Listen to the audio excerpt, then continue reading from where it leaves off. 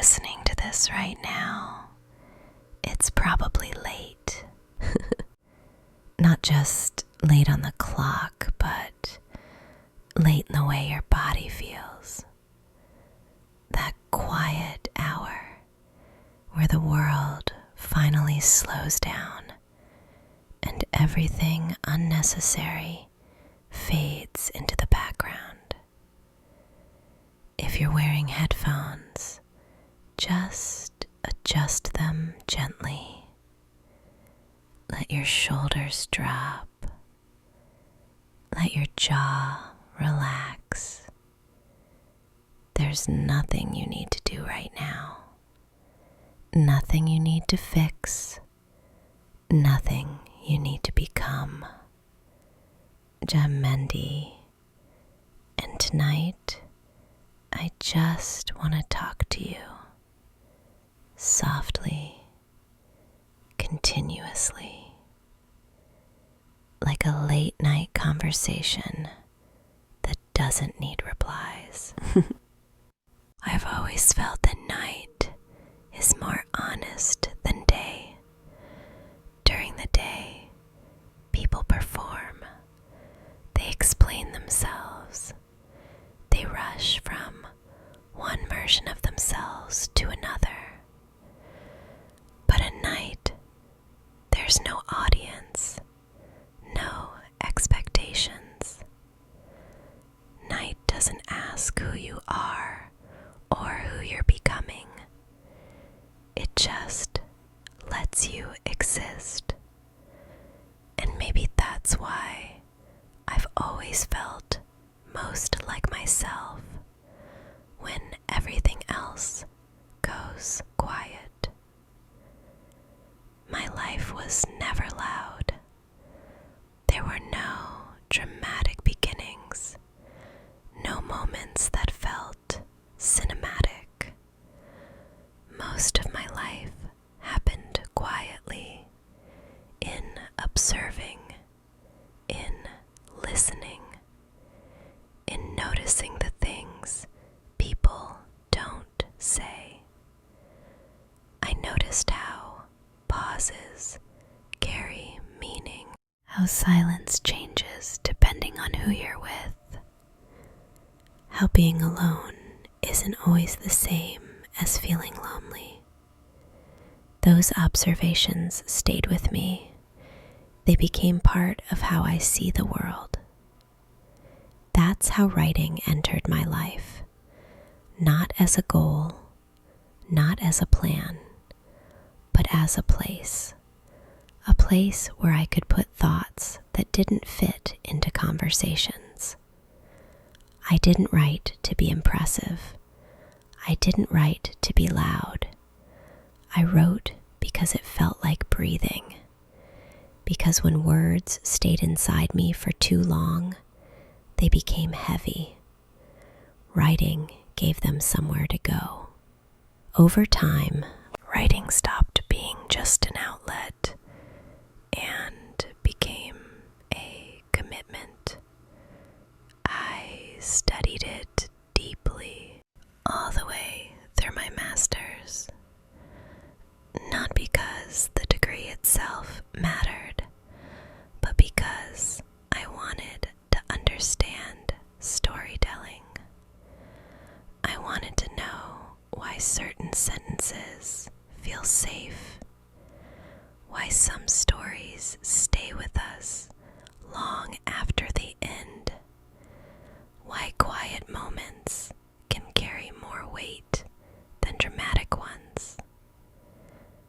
Writing taught me patience. It taught me that meaning doesn't rush, that understanding shaped the love novel I'm most proud of, the one that still feels close to me. It wasn't written to chase trends. It wasn't written to be consumed quickly.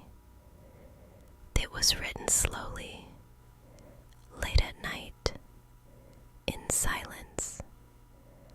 The same kind of silence you might be sitting in wasn't about dramatic romance, no grand declarations, no perfect characters, no unrealistic promises. It was about a softer kind of love, the kind that doesn't need to announce itself, the kind that doesn't demand attention, a love that exists in ordinary moments, sitting beside someone without needing to speak, sharing space without filling it, choosing to stay when nothing exciting is happening. Yeah, I think a lot of people misunderstand love. They think love has to hurt to be real, that it has to be intense to matter, that it has to be loud to be visible. But the love I write about and the love I believe in is calm. It doesn't exhaust you. It doesn't confuse you. It doesn't ask you to shrink or perform. It lets you rest. While writing that novel, I often paused mid-sentence, not because I didn't know what came next, but because the moment felt too quiet to interrupt. I wanted the silence to remain intact, because silence is part of love too. The characters in that story weren't extraordinary. They were tired. They were unsure. They carried old disappointments, but they chose each other in small ways, not once, but again and again. And that felt more honest to me than any dramatic ending ever could. That same philosophy is why I speak like this, slowly, without urgency. I could speak louder, I could rush, but not everything meaningful needs speed. Some things need space.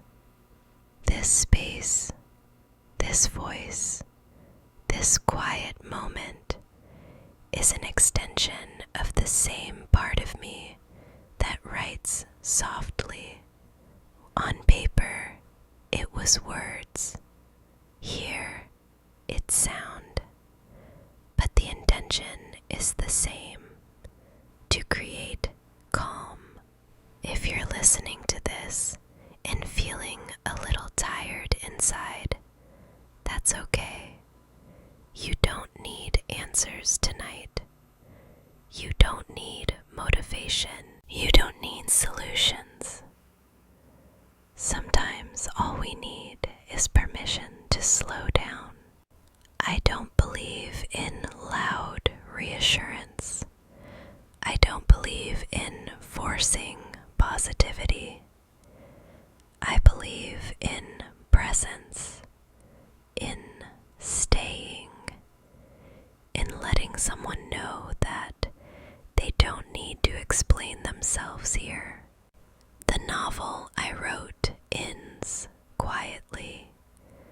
No final twist, no dramatic resolution, just two people understanding that they're choosing each other again and again and again. I think that kind of ending scares people because loud endings feel safer. They feel certain. But soft endings feel real. And real things stay with you longer. Late nights taught me something important. You don't have to solve your entire life. You just have to get through the day and be gentle at night. Everything I create comes from that place. The writing, the voice, these late night conversations, a need for calm, a need for honesty, a need to exist without being loud. If you ever read that story or hear me talk about it again, just know this: it wasn't written to impress anyone. It was written so someone, somewhere, would feel less alone. I am you, eyes are heavy now. That's perfect. You don't need to stay awake for me. Let the words pass through you. Let them fade if they need to. Night doesn't demand attention. It just listens. And tonight, so do I. I'll be here again. Same